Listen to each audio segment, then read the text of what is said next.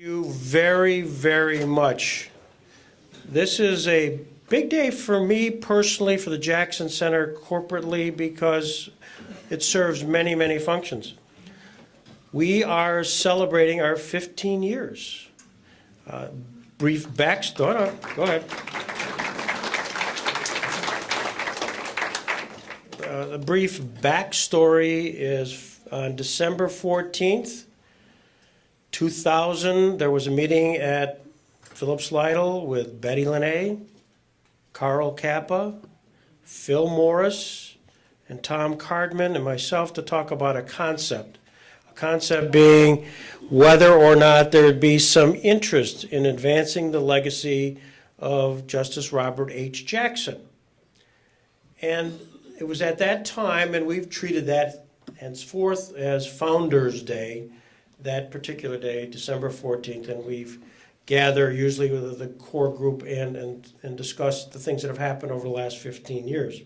We did that most recently at the August location of the pub. I mean, we go top style. And we thought it would be great to pause, reflect, and to thank those folks who volunteered throughout these last 15 years. And I'm looking around here, and this is a swell for me of nostalgia, memories, because all of you have a story of a relationship with the Jackson Center, which has started 15 years ago, and here we are now, and I'd like to think we've made good progress.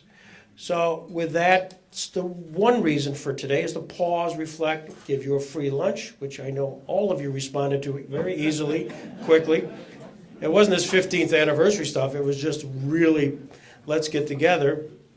And at the same time, we're privileged to have had very good leadership throughout our 15 years.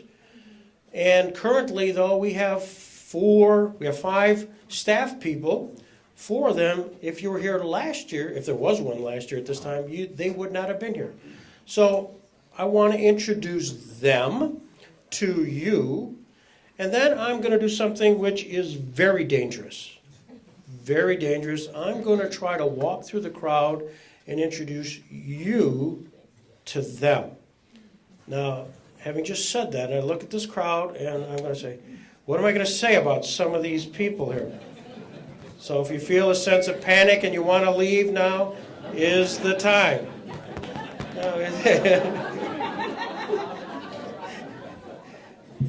And at the same time, since everybody will be looking at the clock and the mind can absorb only what the rear can endure, I will make sure that we move this along at a pretty fast pace.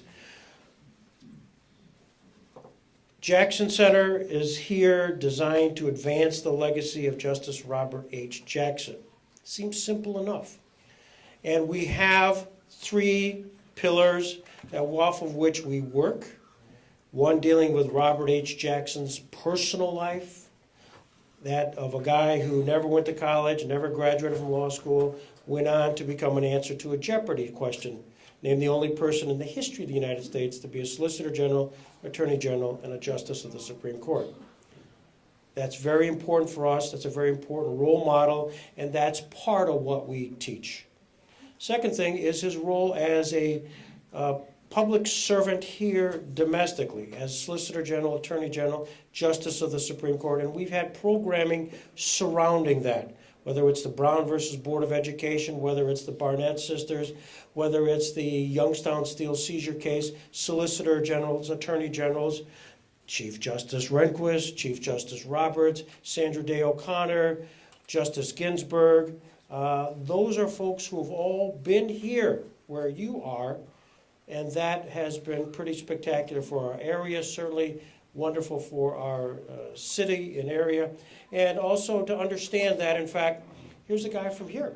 This is a guy from Western New York, and who's also, because of his domestic activities, was a person who had a federal courthouse named after him.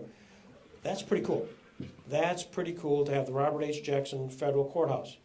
Time will never permit us to talk about all that went on to make that happen. But nevertheless, if Brian Higgins were here, we'd all give him a standing ovation.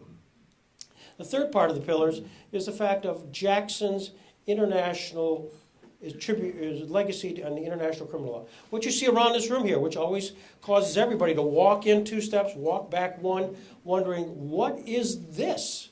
What is this here? It's a room loaded with nothing but Nazis and people who are pretty with ill intent. And it's an exhibit. Once you pause and reflect, then they give you just enough time to talk about it. And Steve Massa, right here, I'll call him out right now. Steve, as our docent extraordinaire, will give you a 2-hour tour, the likes of which you've never had, about what's in this room. I will give you the Breeder's Digest, because we don't have time for Steve right now. But a guy named Sidney Shavitz came here. Sidney Shavitz, an artist, did these lithographs to do something on the Holocaust. And what he did on the Holocaust, he wanted to remember the Holocaust, not the victims of the Holocaust, which he felt there was much to be had, but in fact the perpetrators of the Holocaust. Hence this perpetrators exhibit, which we have on permanent loan from Tennessee Holocaust Museum.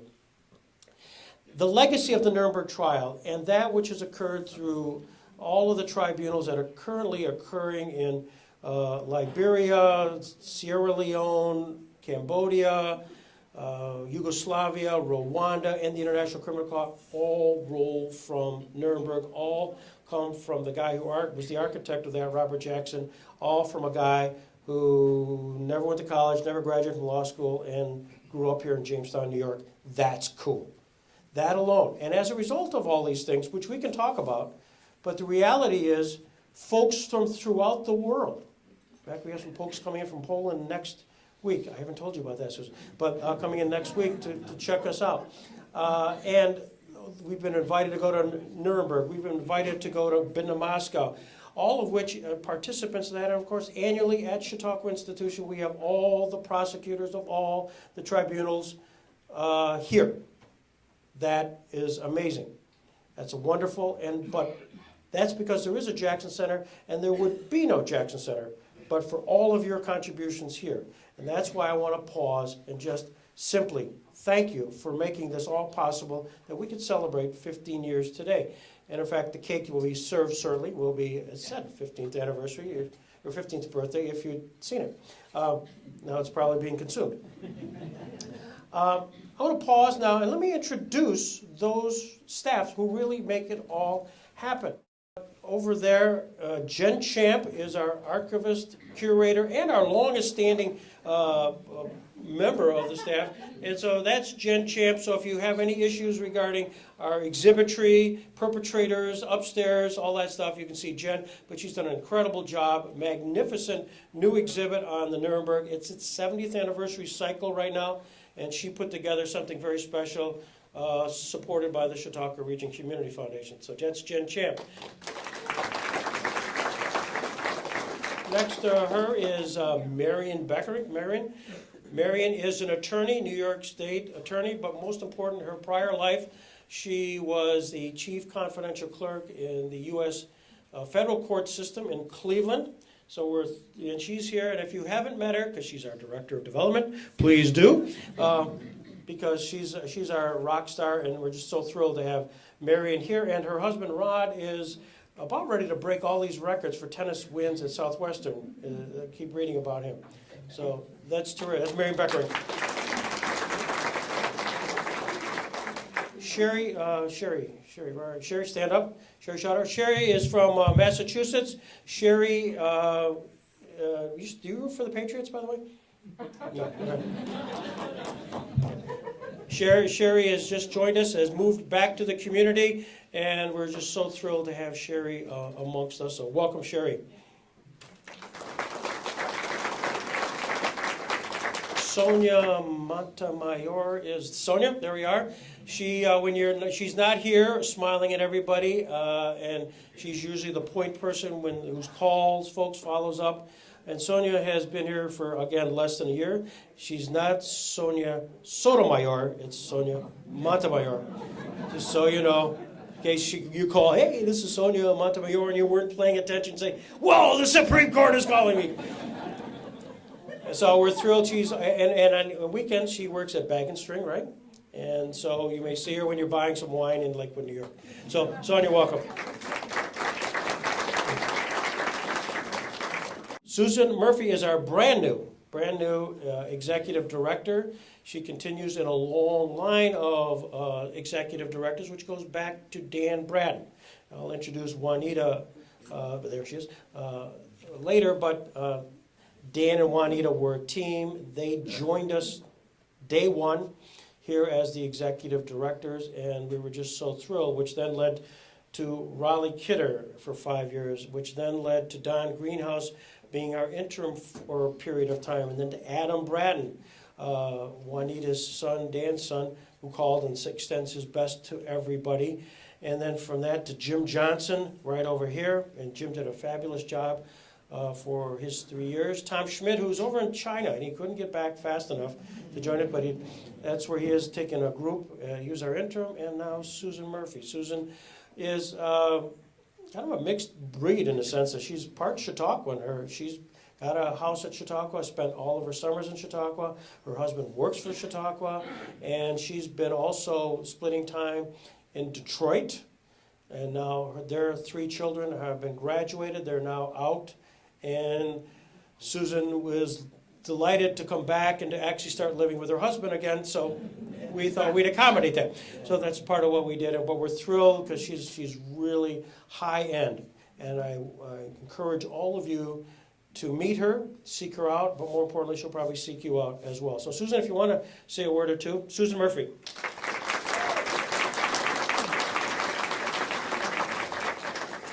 Thank you, Greg. Can everyone hear me okay? Thank you very much. Thank you for putting together this wonderful opportunity for us all to be together and for us to say thank you to everyone in this room.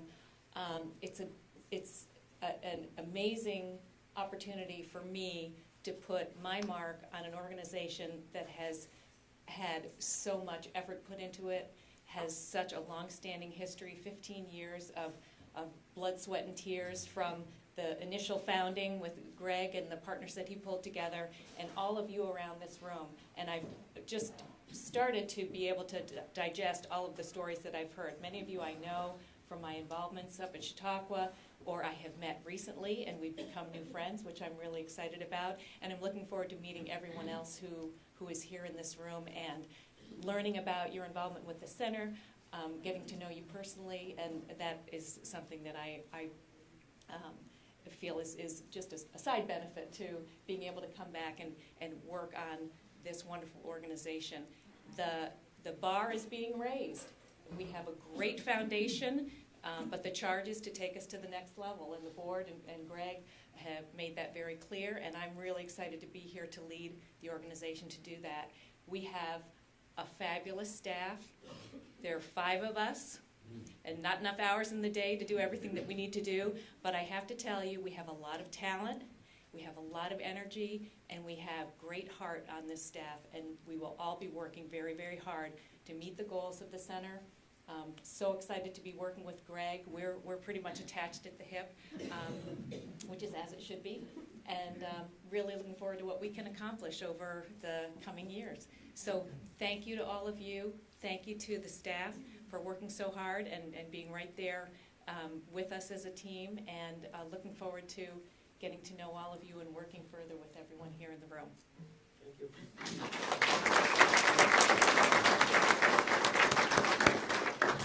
You're now going to be part of a history course.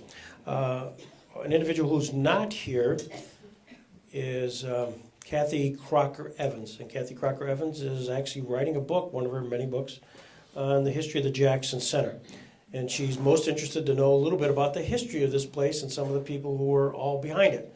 So Ed Tomasini, our cameraman extraordinaire, and I need to introduce him first because he literally was there day one when we did a presentation in Frewsburg. Harold Adams spoke at the Frewsburg Historical Society.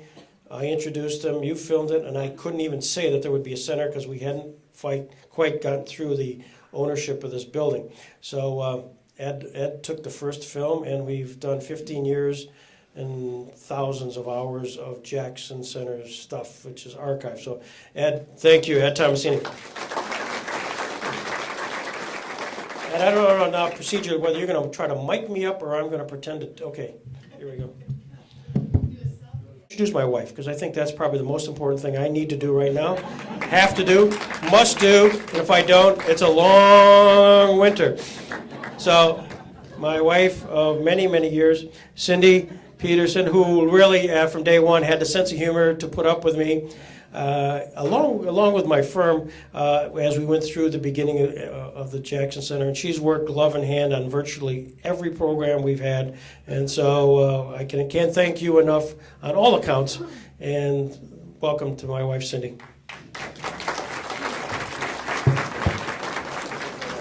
Introduce my wife, because I think that's probably the most important thing I need to do right now. Have to do, must do, and if I don't, it's a long winter. So, my wife of many, many years, Cindy Peterson, who really, from day one, had the sense of humor to put up with me, along with my firm, as we went through the beginning of the Jackson Center. And she's worked glove in hand on virtually every program we've had. And so I can't thank you enough on all accounts. And welcome to my wife, Cindy. Raleigh Kidder was one of our first board members back in 2001. The initial board consisted of Carl Kappa, it consisted of Randy Sweeney, Bill Cass, myself, and Betty Linay. That was the five. And it's public record that Carl Kappa contributed $500,000 to this organization to get it going. Betty similarly. And we'll introduce in just a second the Gebby Foundation, which was in total lockstep with us at the beginning. And I'll talk to Chuck and Lily, and I'm thrilled they're here. But this is Raleigh Kidder, who was one of our board members. He joined with Bruce Janowski about the same time because of their interest in World War II. And of course, he's a rock star. And then Raleigh, we convinced him after Dan passed away to become our executive director. He made it clear. He gave us a 5-year commitment. He did so. And Raleigh has many, many attributes. But he's connected. And when he got started, if for those who remember the status of this building, it was terrible. Terrible. I mean, we're talking leaks, theater down here, crumbling plaster, a mess, and it's going to require some money. So it was Raleigh Kidder and his connections through Albany, through federal government, which when there were earmarks, I don't think they have those anymore. Raleigh was very good of obtaining the assistance of Bill Parment, Pat McGee, Kathy Young, Senator Schumer, others who assisted in the capital improvement of this building so that we could be proud to say that this building is really a community treasure. So Susan, this is a rock star. If you can get his autograph, good luck. Steve Massa, over here, Warren, Pennsylvania. He's been a docent for a long period of time. And Steve was the guy who wrote a book about the perpetrators. And that's available. And Steve is just a tremendous wealth of talent and often comes up here and braves blizzards to give tours to folks who come out of town. And it probably is one of the docents that people ask for by name if they're going to come up here and do it. So that's Steve Massa from Warren. Next to Steve is Jim Oria. Jim Oria was a docent really at the beginning. You, with Fran Galbato, did incredible things on, again, this building here. I was hoping Fran would be here because we could talk about the two of you together. But this building, when it was struggling and we'd have events, it was Jim and Fran and a group of volunteers who actually hit it. They created an illusion. And Jim was a World War II fan. He's Korean, like I said, Korean. And he makes model airplanes like nobody else, and is just an incredibly talented. And he wore his docent tag here. Jim hasn't been here for a while, but he wore it today, and we're thrilled. And who knows, we may see him again, Jim. You don't know this. Jim Johnson. Most of you know, Jim, of course, was our executive director these most recent 3 years. Jim, the deputy prosecutor at Sierra Leone. So when you think Charles Taylor and when you think of his conviction, and when you think of the successful conclusion of the Sierra Leone Tribunal, it was Jim Johnson in that role, and we were thrilled to have him the past 3 years. He's not going away, though he retired, he's not going away because we use him a lot. So whenever they want speakers who can take it up an extra notch, it's Jim. And so we're thrilled to have Jim join us today. Jim is nothing but for Pam. As I am nothing but for Cindy. Pam goes with the deal, and she has been involved in every social event we've had, the planning, the orchestration, the everything. Just goes on and on and on, and we're thrilled to have both of you continue to live in the Lakewood area, and we've got your cell phones. And they painted the room, yes, exactly. I understand how that works. Yeah. Let me go over to this table here. First of all, right here, this is Karen Johnson. These folks are really the past and the future all rolled into the one table. Stand up, Karen. Stand up here. You may remember way back in 2002, this phone book cover, which was really our first launch into public relations. And it's Karen Johnson, right there, who I just introduced at Alltel, who was a sport enough to listen to the pitch, and then she went way out of her way working with the Fenton History Center and other sources to actually get not only the book cover, which that alone is wonderful, and if you still have one, it's a collector's item, but inside is a lot of material which Karen wrote about Jackson's career here, and Jackson was in fact an attorney for John Wright, which was the Jamestown Telephone Company, which in fact subsequently became Alltel, which was a pitch, part of the pitch to your management saying, hey, we're honoring your attorney. And it worked. So Karen, thank you for making that happen. Over here is Linda Cowan. Linda, stand up. Linda is the person who is responsible for a lot of our website advancement, graphic design. She took all my crazy YouTubes. As most of you know, I take a lot of videos and then I would chop them up and I'd say, I don't know what the hell to do with them now. And Linda would be a sport to go back, compress them, put them up on websites, and make me look good. So for that, I'm eternally grateful. But Linda Cowan had helped us immensely in the early years. So thank you, Linda. The other Linda here, Linda Carlson. I'm thrilled, I think we are thrilled that what you'll be doing. I've been working here a little bit earlier today. You may know sometimes there's ulterior motives when all this comes up. This will not shock anybody, but Linda Carlson was until recently one of the editors over at the Jamestown Post-Journal. So when you look at the back page and you'd see 100 years ago, 75 years ago, 50 years ago, whatever, it was Linda. Linda was doing all the research work. Now, she talked about being a good sport. We talked, and John Barrett and Jen and others have talked to you about, as you're going through those research, if you see a Jackson item, just set it aside. Well, not only did she set it aside, she posted it on those. And so for the last many years, we can't wait to get the Post-Journal and to see what Linda's found, and that becomes part of our archives, part of John Barrett's upgrading his book all the time, and that's just plain terrific. So, and Linda has almost 99% agreed. She's on the cusp, folks, so talk to her.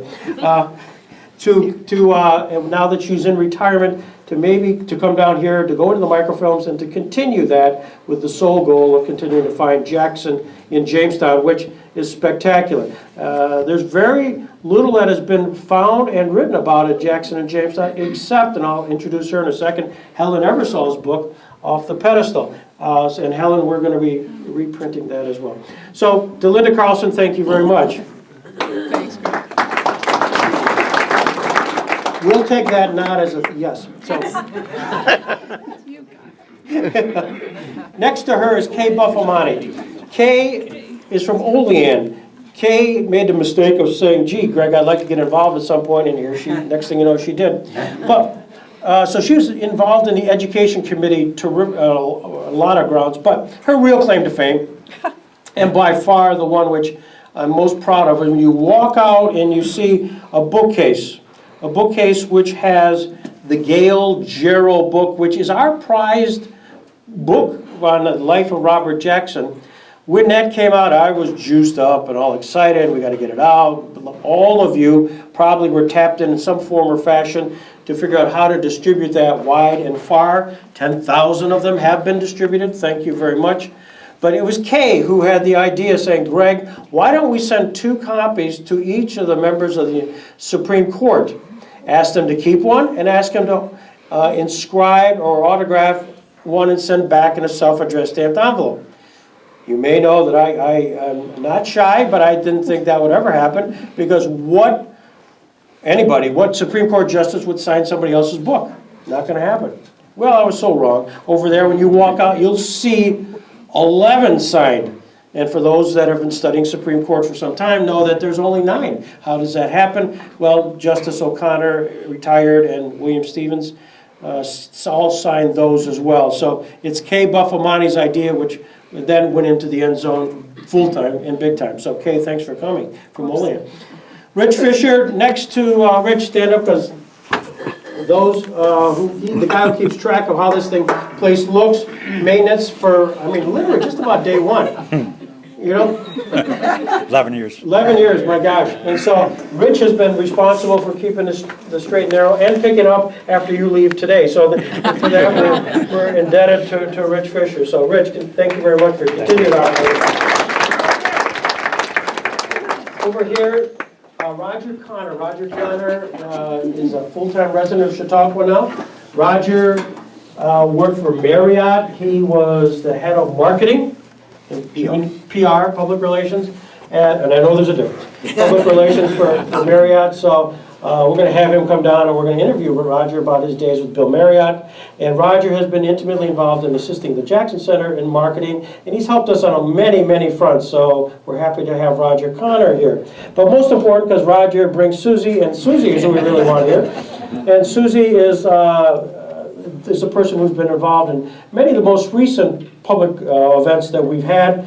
Donahue, Mark Russell, and dealing with Chautauqua and public relations and making sure Roger gets there on time. And so we're thrilled to have Susie, and so they're both intimately involved in what we do here, so thank you. Randy Sweeney. We don't exist without Randy Sweeney.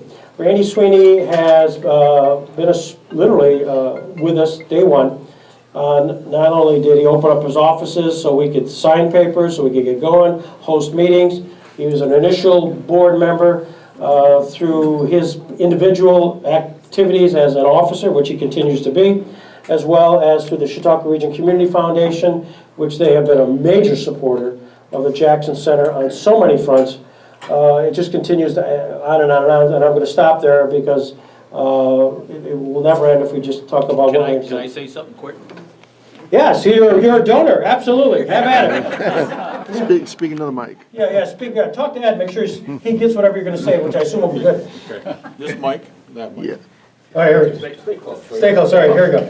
I just wanted to share one thing, and the name Carl Capo was mentioned as one of the original founders. And I certainly, and I'm looking around to see if Jeanette Carlson's here, but I don't see her or Kay. So, you know, Carl asked me if I would help with this project. Carl was in his final waiting days. He was having a health issue, and he said, you know, I want one more project downtown. And I think this Jackson Center thing really makes sense. And Greg, you remember the conversations, you know, how Robert H. Jackson was a key person in Carl's life. And so I was honored at that point because Carl was one of the founders of the Chautauqua Region Community Foundation. So I owed Carl something very important, and I was happy to carry on. I didn't realize that 15 years later I'd still be a board member, but that's the way, you know what, Greg, it's hard to break away. Randy, can you put in the word for Betty too now? Well, maybe I can jump in on both. I'm going to talk about Gabby and Betty here. No, Betty. I said No, Bobby and Carl, both here. I'll tie them all together. Let me just talk quickly because this is part of the history. Before there was a Jackson Center, before there was a concept of a Jackson Center, the real impetus was an interview which I did with Carl Kappa in 2000, it was June of 2000. The Chautauqua Region Community Foundation was going to give Carl the Hamilton Award. I think that's true. That's true. And so Carl reluctantly submitted to an interview. And during the course of the interview, I asked him who was his role model. Who was your role model as an Italian-American living in Jamestown in the 30s? And you bet the ranch that he would say Joe DiMaggio. Right? Really? I mean, he said no, Robert Jackson. Robert Jackson, the guy who pulled himself up by the bootstraps and led the most important criminal trial in the 20th century. He had no idea that I was even monkeying around with the concept. And that was the beginning. That really was the beginning. So Carl's interest, and he then saying what Randy just said, we ought to do something for downtown Jamestown, and shortly thereafter, we tied that together, downtown and possibly that. I'll continue the story, good pause, on Betty Lene. Betty, I saw her at a clam bake that time period, and talked, hey, your next door neighbor, Crawford, Carl Kappa, was interested in doing something for Robert Jackson, and, Betty, it'd be nice maybe if you're interested. And she goes, I've always been interested in Jackson. So it was just an idle conversation. And they knew each other, Carl and Betty, but they didn't know each other. I mean, they weren't socially together. So it was just one of those things you pile back there, and she just pats me on the head, and Greg, if you do anything, let me know. And that was her mistake. And then along that same line, I'll never forget this, and this is where it ties into Gebby. I went with Tom Carvin for a lunch over at what is now the 4th Street. Gialli's. Tom? Gialli's. No, over there. Landmark. So what was that before? Ironstone. Ironstone. So I'm walking in with Tom, and Tom and I are walking to have something, probably dealing with the ice arena. And Carl was having lunch. Carl said, what's new, Greg? And Tom was just standing there. I said, Tom, we got a project. We have a project. Carl's interested in something that might be related to Robert Jackson. You will too. And they didn't even know each other. So I introduced Tom to Carl. And that was then of course we sat down for lunch, and he goes, what the hell was that all about? And I briefly talked. And then that led ultimately to a couple other kind of crazy conversations, which then led to December 14th, and Tom being there. And then, again, I won't spend a lot of time, but this building became available through a conversation with Stanley Weeks. Stanley Weeks called in December and said, by the way, Jackson was a 33rd degree Mason.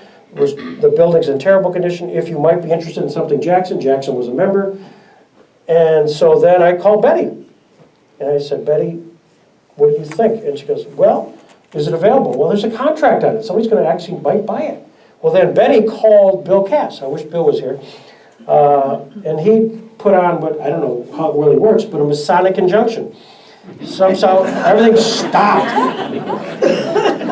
Everything stopped.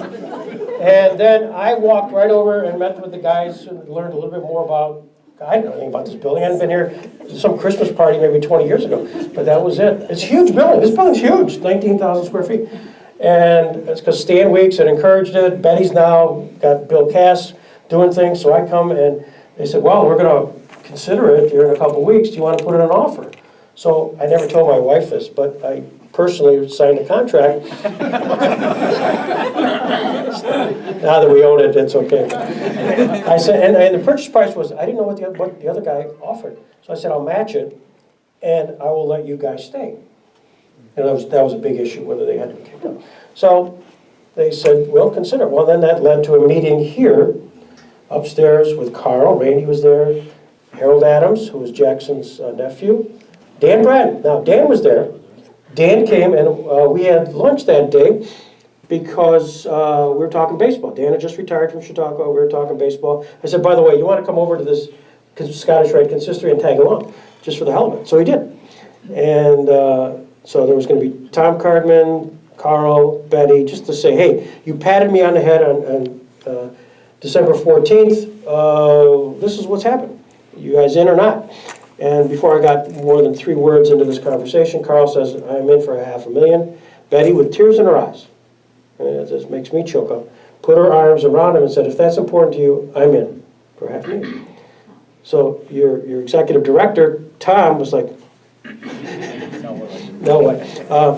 I said, don't feel any pressure, Tom. But, so that's how it happened very quickly. But the most fascinating thing, Dan was just a spectator. He's sitting over there in the third row on the seats that were all falling apart. And he walked out. As we were walking, I said, you ought to see what we just did here. And Dan grabbed me and says, I'm your executive director. I go, what? You're retired? He goes, no, I'll be your executive director till we move to Arizona.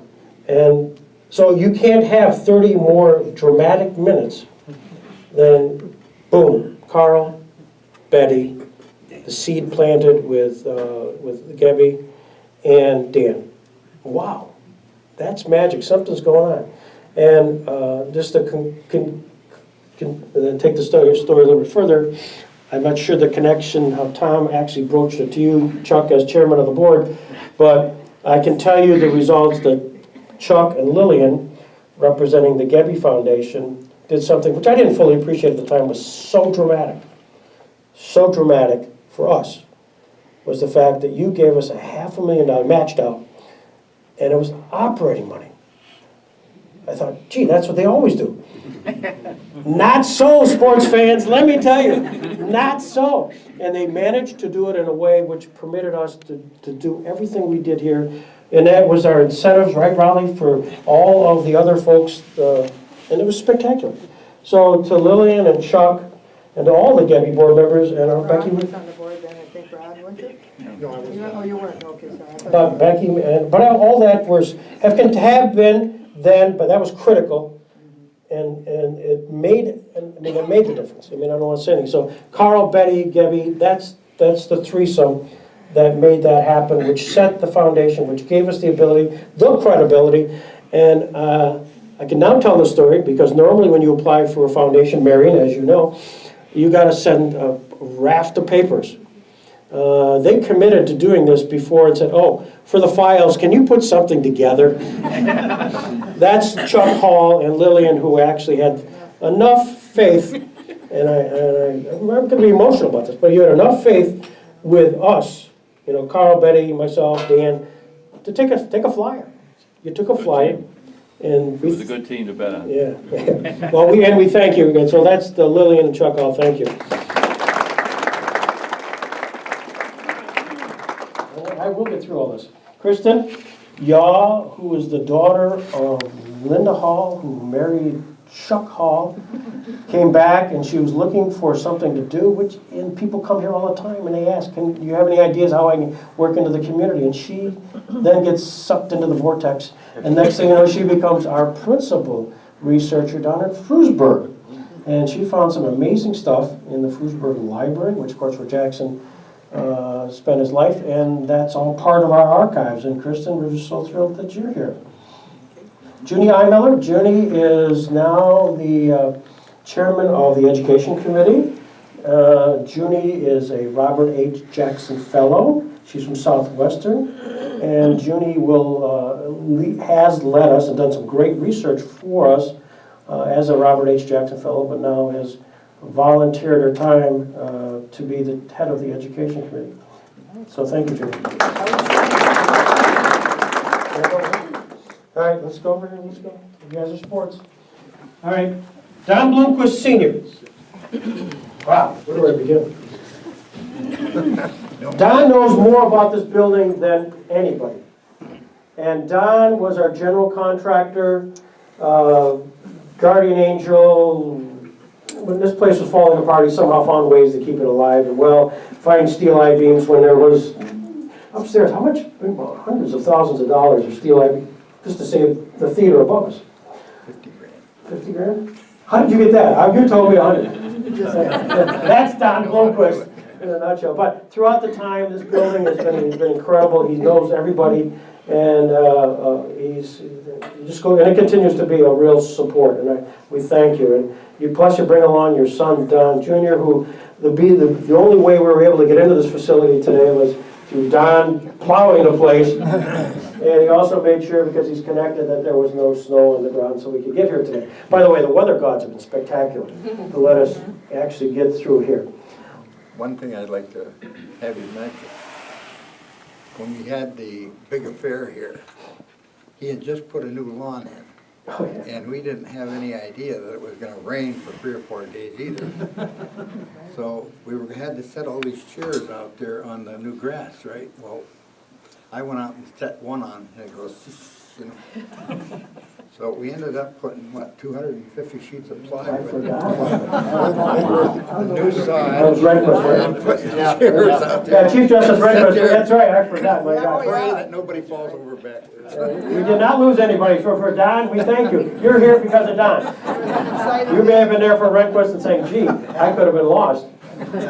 Juanita Braden just continues to be a great supporter, but her glove in hand work with Dan during those last months, and how Dan, you need to know, Dan Braden, having been diagnosed with pancreatic cancer, could have just, been sorrowful and not reacted, but no, he went into overdrive and actually laid out a mission, a vision statement, a booklet designed for the Jackson Center. The day you picked that up, I asked you to be a pallbearer, because I knew time was short, Yeah. and you worked up to that Yeah. point. Amazing. I mean, Dan, and we still use that, and Susan now has that as a guy, because he was a visionary. Dan Braden, and all he did was a visionary, but certainly with the Jackson Center, I mean, he's a founder. He really is one of those founders. Juanita's a fundraiser, she's done it. Juanita's a fundraiser, Christmas trees, we're talking, she's everywhere. Everything. Kathleen Eads, I want to introduce Kathleen, maybe most of you don't know her. She's the executive director of the Reg Linné Civic Center. Reg Linné Center for the Arts. Center for the Arts. They changed their name. That's all right. Great move to your And Kathleen's here, and we'll just welcome her. But also, you're here representing the Reg Linné and all that they've done from day one, literally day one, with Phil Morris. He was a muse throughout this whole process, and as we got started, things that have become available or were extras down there became here. They continue to be up to this day, and they have been an incredible supporter for us. When we have programs like Junior Year Heading Up, and we have to use the Reg, they're always there in glove in hand. And we've had a joint program that we're working on with Len Berry. Len's right here, I'll introduce him. Len is, a program director, I mean, you're a hotshot. Marketing. Yeah. Marketing? They put my face in the paper a lot. I can't take credit for any of that, though. Well, Randy Sweeney does the same thing at the Community Foundation. His face is in the paper every day. I mean, that's a bar. That's a bar really high. This fall, I guess this is a good time as any to talk about how we can partner with people in the community. This fall, we're bringing LA, as in Los Angeles Theater Works, to town to do a live version of a radio play about Nuremberg to celebrate the 70th anniversary. So, more of that coming up, but it's just, we can't do it without our community. Yeah. No, and Kathleen and Len both sought us out, and it's a spectacular thing. And we frankly, it's the conclusion of the Nuremberg Trot, so it's all works out terrific. Greg Edwards. Greg Edwards, he's ahead of Gebby now, and that's important, and we really got to continue to smile and get the Gebby Foundation. We still continue to do that, I want you to know that. But that's not why he's here. Greg is a long-standing friend, attorney, and as county executive, they really went, the county went way out of its way to support things at the Jackson Center on many fronts, whether it's programming, whether it's the law dialogues, whether it's bed tax, whether all of those things. So, Greg, I'm delighted you're here on all of those fronts, and yes, we'll continue to talk. Over here, two of my favorite people, Gary Chilcott. Gary is the Director of Veteran Affairs. Gary has been working with us on a project that we've just had over the last couple of years called Defenders of Freedom Program. Gary, we've been interviewing World War II veterans throughout the community. We preserve them, we put them on tape, and then occasionally we'll edit them and put them up on YouTube, and it's been a wonderful way to preserve memories. And as you can guess, we're working very fast because of the time as the clock is ticking. But Gary's made an awful lot of that available. Nancy Barger. Nancy really has family relationships with the Jacksons. family. Whether it's the Mary Jackson side or the Bill Jackson side, because of the Bargers, her dad's relationship. Her dad's father was a partner, so this her grandfather was a partner at a horse farm on Fairmont Avenue, which if you look where Crawford Lane is and Grazier's, the empty restaurant, that was a farm. It was a stable, and it was John Selstrom's dad, your grandfather, and Robert Jackson had a horse farm there. And you'll see movies about that, and you'll see lots of people talking about the stable there in Jackson and young folks riding with Jackson. So, and Nancy has continued that interest in things Jackson on so many fronts. I mean, whether it's Chautauqua, whether it's volunteering programs, whether it's whatever, and I would go on ad nauseum, but Nancy, thank you. Appreciate it. How's our tape? Still going. Okay, Helen Ebersol. Helen Ebersol, author extraordinaire. Helen has written many history books. Helen was the recipient of the Hamilton Award given by the Chautauqua Region Community Foundation. Helen and I walked out together at the Athenaeum Hotel. I said, Helen, hey, congratulations. What are you doing next? And she goes, I'm looking for my next project. Mistake. So we, through Jen Champ and others, we loaded up literally car full of boxes of whatever we had on Jackson and Jamestown, since nobody had actually put that all together. Helen did so. She authored a book called Off the Pedestal, which as of yesterday, the Jamestown Bar Association and soon other service organizations want to, because we're celebrating this 15th anniversary, want to know more about Jackson and Jamestown, and you are it, Helen. So we thank Helen immensely, and so thrilled that you're coming here, and she said she wants to take another look at the book, so this is great. Thank you. Mike Danielson, who's one of those guys, our docent, and he's a reader, and he's from Boston Red Sox, New England Patriots guy, so. The Patriots, just Boston Red Sox. So we have fun because my daughter works for the Tigers, and it gets to be lively on occasion. So Mike has been with us for quite a few periods of time, and he's the guy, our go-to guy, whenever we need to go into the archives and somebody has to look at videos and to find something and to be able to write on it, Mike's the guy. So thank you, Mike. Appreciate it. Next to Mike is Bob Plyler. Bob, post-journal, he's a rock star. But Bob, what he's done and is willing to do and has agreed to do today, and I just made a note of this, he's written a lot about all our authors who've come in here, gives it that critical review, that critical eye, and that is often the jumping off point and often our publicity point for an awful lot. And it's been a great friend, and of course an Allegheny College graduate, and that makes him just a little bit higher on the bar of life. And so Bob, thank you very much. And most importantly, you brought Ann, and Ann through the Prendergast Library. We've done big reads together. We've done an awful lot of things at the Prendergast Library. And movie programs and other things along with Tina, who will introduce in a few things. So thank you for the both of you. It's a team. It's a team. So thank you to the Plylers.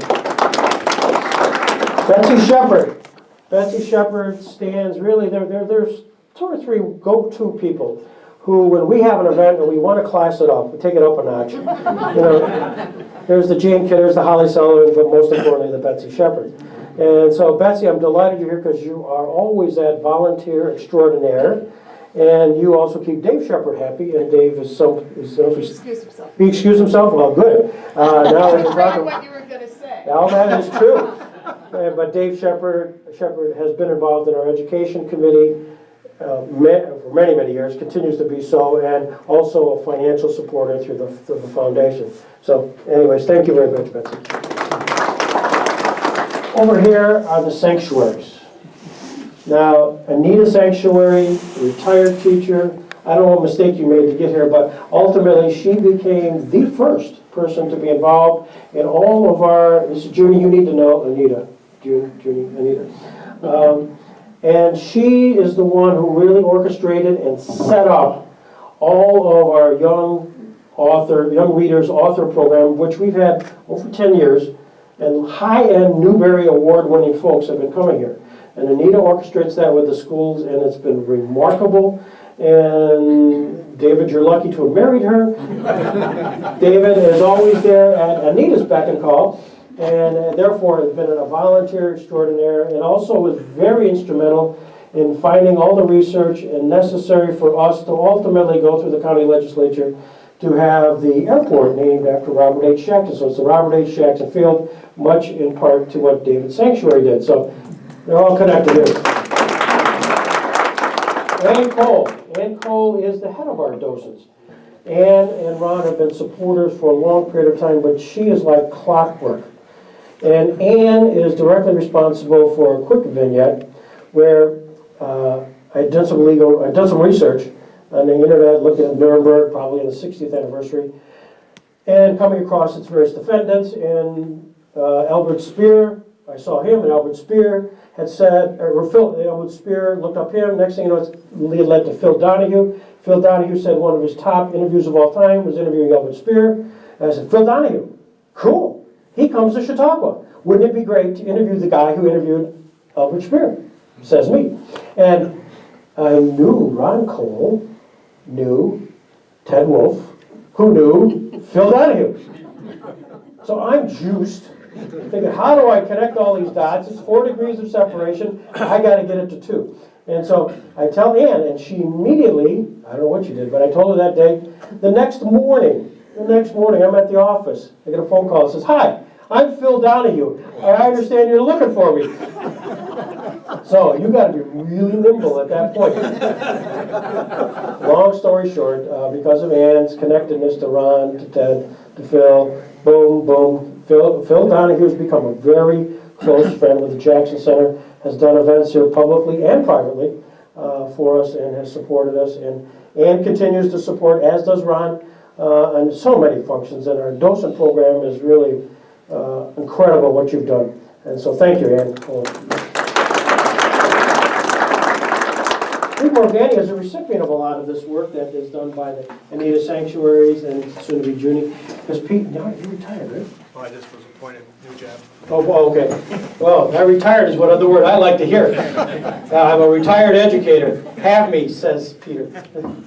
So anyways, Peter has been involved in, and frankly, his dad. His dad, I got to talk about his dad, Pete Morgani, who you'd hear on the radio, and not necessarily was sunshine and lollipops on the radio.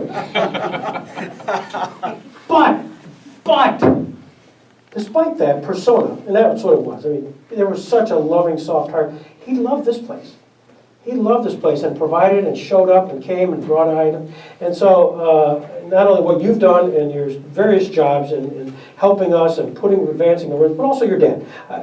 And I didn't really have ever had a chance to talk about that, but he really was a big supporter of ours in many, many ways. So it's true. I'm at Striders now, so put a plug in for Striders. I'm the new executive director of Striders, so if you just put a little plug in for Striders. Well, I didn't know that. That'd be awesome. For those who didn't hear, a new executive director of Striders, I didn't know that. So great, congratulations. And I'm sure there are programs you and I can do together. Sure. Scott Sawyer, man of many talents. He's been on the education committee, he's been a driver, he's been a writer, he's been a puppet, a pauper, a pirate, a poet. A pawn. A painter. Yes, he painted. He did a lot of painting around, I forgot all that. But I'm thrilled, Scott, you could join us and continues to be an active participant. So thank you. Thank you. Randy Anderson, he's the head of the Chautauqua Sports Hall of Fame. The Chautauqua Sports Hall of Fame is of rock star status. And Sheila, are you Dennis, you leaving? I have. Okay, Sheila Webster, let me just say, before she does leave, she's done great work on many fronts with the Chamber of Commerce, and before that, whether it was United Way or WJTN, and covered us wonderfully. And with her husband Dennis, I don't know if he's coming back, but I'll say something about it. Thank you. Randy Anderson, Chautauqua Sports Hall of Fame, Executive Director, but for our purposes, whenever we have events, and we have a lot of them, which have as celebrity speakers, interviewers, Randy is the guy who provides all of the background, all of the information, autographed pictures, etc., etc. So it's Randy Anderson. Thank you. Lorraine Melise, she was Bush Industries. She was the eyes and ears for Paul Bush. And our very first event, and for lawyers may remember this, was May 1st, 2001. We had the biographer of Robert Jackson, Eugene Gerhardt here, which was a coup. This place was a mess. I mean, a major league mess. Our reception hall, we had the event upstairs, and we had to disguised that, and then came down here, but it was Lorraine, through all of her resources at Bush Industries, turned this into a magical mystery tour. I mean, they had carved ice and everything else, so, and then she continued to be involved with us, and so Lorraine, Elise, thanks for coming. You've been back there a while. Jay Crosby, while I'm walking, Jay is our photographer extraordinaire. He comes and does all this stuff, and here he is today. Greg, did you forget Mel? Yes, Mel Feather, I did, thank you. Mel Feather is a docent current. He's too current. You guys are, somebody, Mel, retired Frewsburg High School teacher. Mel has provided the Robert H. Jackson Scholarship in Frewsburg, has made sure that books that are Gail Jarrell's, one of the 10,000 of those books, go down there as awards. And Mel comes every week religiously.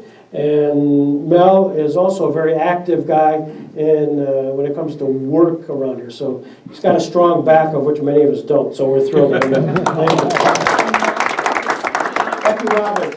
Becky was our Director of Development soon after we got started with Raleigh. Becky knew everybody, connected extraordinaire, and she convinced her husband Dale to do the Jamestown Bar Association room. For those, many of you don't know, but a long time ago, that room was one of the deal we had with the Masons was that they used a lot of this place, and as they abandoned it, and we sometimes encouraged them to abandon it, when they abandoned it, then reverted back to the Jackson Center, and one of those was that up there, which is now the Jamestown Bar Association room, and Dale led a campaign where he convinced every lawyer, now listen to me, every lawyer participated in this, unbelievable. For those who've ever been on United Way campaigns. And Dale, that's what they saw. But Becky did an incredible job. You're with us for 4 years, before formative years. Yes, exactly. So we thank Becky Robbins. By the way, before I completely forget, walk away with one of these. This is a program which we had at our 10th anniversary, and within it has a boatload of information about the Jackson Center. Volunteers, your names are probably in it. If it isn't, it's because of Carol Drake. We'll introduce her. Oh, my fault. And that's the way it was. Carol was brought in by Raleigh, and Carol was here forever, all the way through Jim. And she's the only one that we really have to put a muzzle on because she knows way too much about all of us. But clearly was that smiling face that you would always have when you came to the Jackson Center. And she made everybody feel good and warm and fuzzy, and continues to be involved when we ask her. Though she doesn't pick up my phone, I have to use somebody else's phone when she I do. Every week. Yeah, if my name comes up, nothing. She Doesn't answer. That's true. That is true. I know. Carol Drake.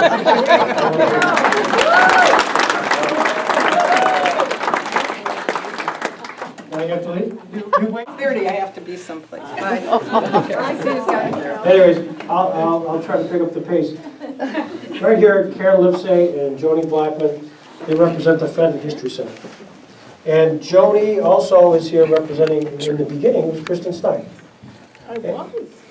And Kristen would come to those meetings with Karen and give us some, not only guidance, direction, what they have, because they have quite a collection themselves, which they've always been incredible and willing to share. In fact, one of your first exhibits that we used up here was, in fact, that which you timelined it, and that was here.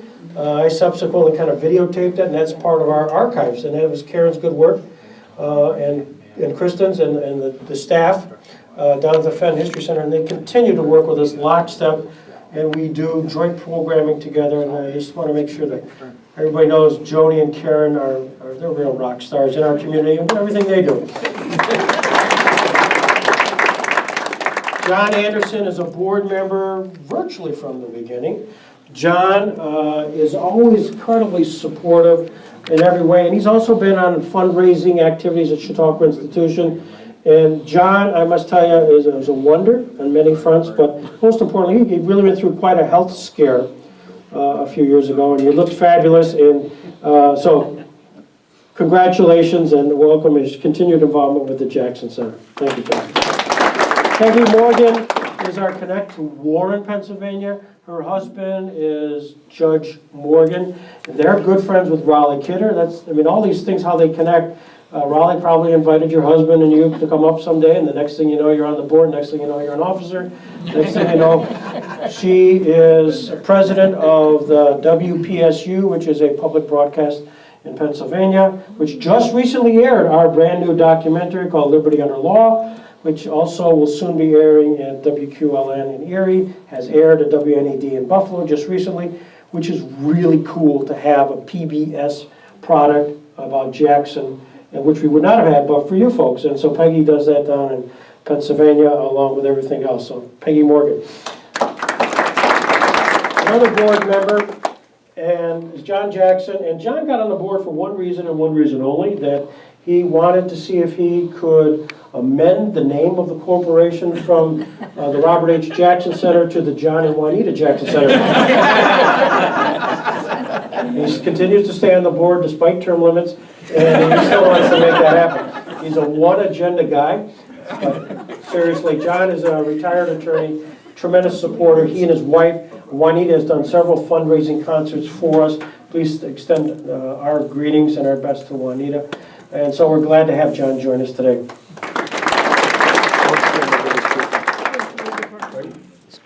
Oh, there we go. Rod Drake. Rod, that was your wife that just left.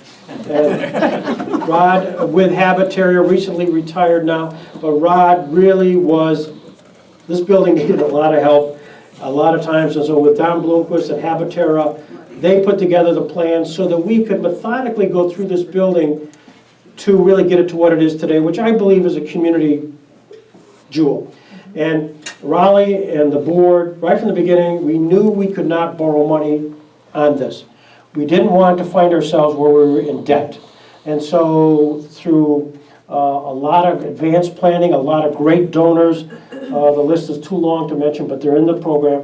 We walked through this building and took them one at a time, and really through the direction of Rod and Don, it really has made it happen. And Rod is working on a project with us currently, which I can't announce yet. I don't think we're quite there yet, but soon. And we continue to thank Rod, and we thank Carol for letting you work for us, Rod. So that's terrific. Great.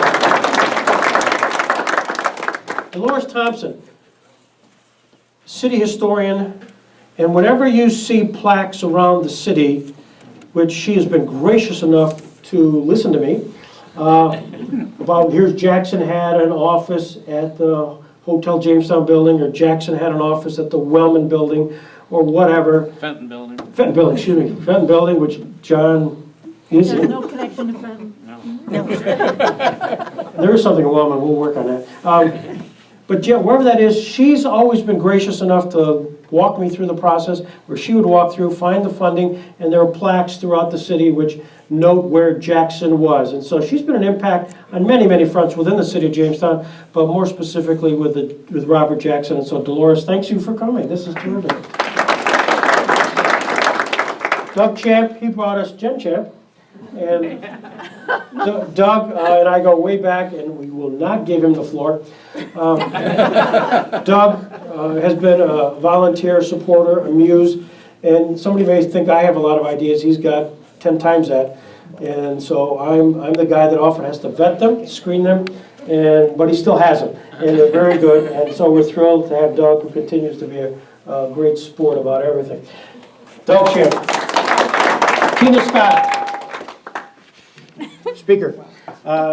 Tina runs the James Prendergast Library. Tina has been incredibly supportive, but as has her predecessors, Catherine Way. Whenever we've had events which have this joint project perspective, the Prendergast Library has been there. It goes back to the Big Read, and Tina and others who will go through, they have these book sales, and they were sports about looking on the inside when these books would come in to see if they're autographed by Jackson. And in fact, they did find them. And in fact, they would set them aside. Now, they extracted a pound of flesh. to get them. So that was good. That was good. I was really glad to do it. But you did all the hard work. You did all of the hunting. And Tina continues to be a great leader of the Prendergast Library. And we continue to cooperate. And so many of our programs we have here, and we need cases, we need books, we need support, whatever, they either send it over here or we send stuff over there. So thank you, Tina Scott. Annabella was an early muse. And in many senses, when we had meetings we had a kind of inner core of people who would work with us at Raleigh to help lend direction to it all. Annabella was right there. And I'm thrilled you're here today, and I'm thrilled to recognize that fact that you helped us volunteer, you helped us give us direction. Whenever we had early programming, it was Annabella, or supported us financial or otherwise. So thank you, Annabella. Representing the media generally, but most important himself, specifically Dennis Webster. Dennis, WJTN, working nonstop to ferret out stories, often getting them ahead of everybody else. I don't know how he worked me, but he did it. The WJTN has been right from the beginning. Dennis actually went into the archives and dug up records, literal records, of Jackson's speeches back in the 40s and 50s that they had preserved, and we then put into CD, which then has become part of our archives. Dennis interviews adeptly anybody that we have here together with Jim Roselli. Please send Jim our best. They have been here since day one, literally day one, where we'd have events and they would be interviewing. And Dennis plugs us nonstop, and he at the same time with Tom Schmidt, encouraging Tom and Tom. Every morning there's something about the Jackson Center. So Dennis Webster, thank you. And last but certainly not least is Bob Terryberry. Bob is Robert Jackson. Bob plays Robert Jackson, dresses up as Robert Jackson.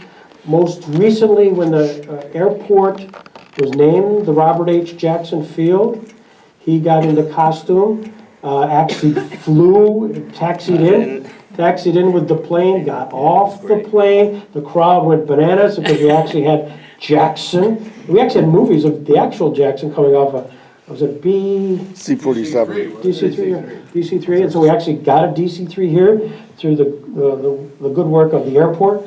And so it was the ultimate prop was to have that, and then he came and gave a speech to everybody, accepting the fact that it was named after him, Robert Jackson. And he's done continuing education programs, which are of a high end, and though he shaves his goatee when that happens, and he really dresses up nice. So Bob is... As opposed to today. So stay tuned. I suspect before our 70th Nuremberg cycle concludes that Bob will be back with us as Robert Jackson. So Bob, thank you very much. Wow. I'm exhausted. But most important, I thank you for your patience of sitting here, listening to me go through this. Kathy Crocker Evans will appreciate the fact that you listened through all of this part. But most important, thank you, thank you, thank you. We would not have a Robert Jackson Center but for the fact of you visionaries, you helpers, and all of that stuff. So with that, There's one person we've missed. It's Greg Peterson. Hold